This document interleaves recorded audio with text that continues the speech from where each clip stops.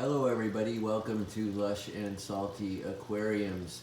Okay, well, after a year or two, frankly closer to two, of trying to breed celestial pearl danios in this tank, I have changed it to a arguably simpler fish, the rosy barb. The CPDs, or Galaxy rasboras, were healthy, fine fish, and I had males and females, and certainly all the prerequisite ingredients for a healthy spawn, but for whatever reason I couldn't get it to happen, and if it did happen I couldn't get any fry from it. I even had the separate hang on the side breeder box, and I had a separate tank for them. I tried a bunch of different techniques and I had no success, or if I did have success, the fry were consumed or perished along the way. I never saw a single one. So I've converted this tank,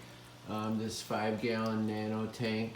It's a beautiful tank, really. It has the curved edges, which are awesome, as opposed to the black acrylic.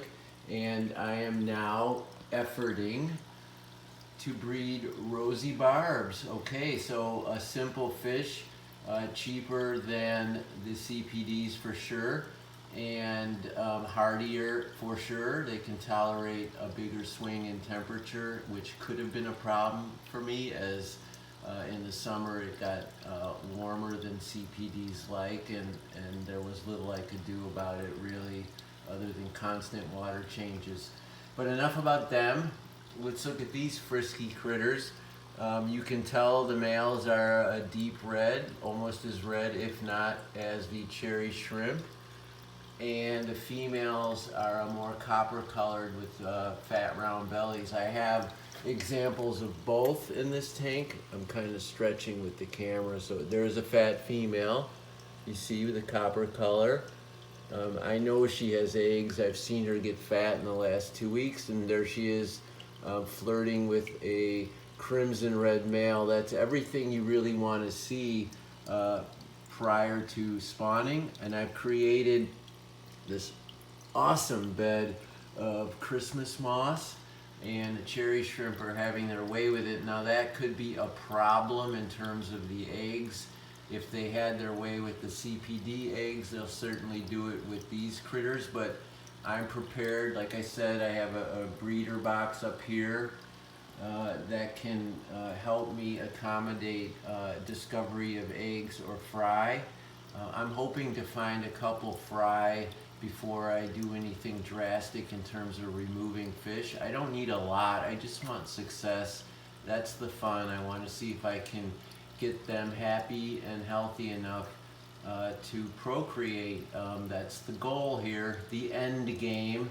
It's where I'm at in the hobby, and I want to see it happen. So I also refuse, for the most part, to have tanks that are specifically for breeding, in that they're just a sponge filter and a media for spawning. I want to be able to look at it, and other people to look at it and say, that's a pretty cool tank. And I think I have achieved that here. The moss doesn't degrade the effect. It's not ideal from an aesthetic point of view, but it's absolutely what rosy barbs like, and frankly a lot of egg scattering fish. They will go into the moss and spawn quick as the dickens.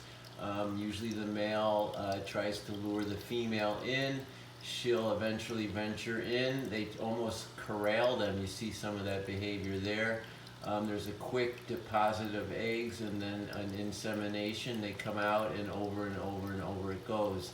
They tend to do it in darker light than this, so when the lights go out, it could happen, but more likely it will be at dawn as the sun comes in and you've got that white light of early morning. That's what they like. But you see him right there. That is definitely flirtatious, aggressive behavior from the male down there. And the females are fat, so I'm expecting some success.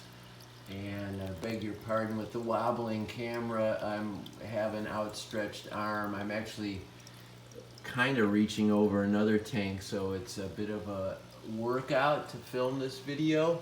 but I've got about 6 or 7 in there, mixed sexes,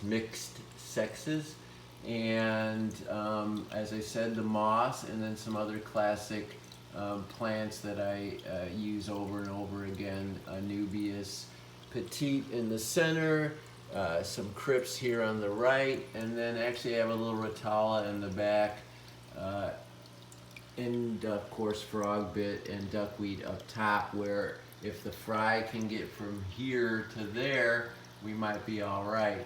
So that's what I'm doing. I hope you enjoyed this video. As always, keep your hands in the tank. Ciao for now.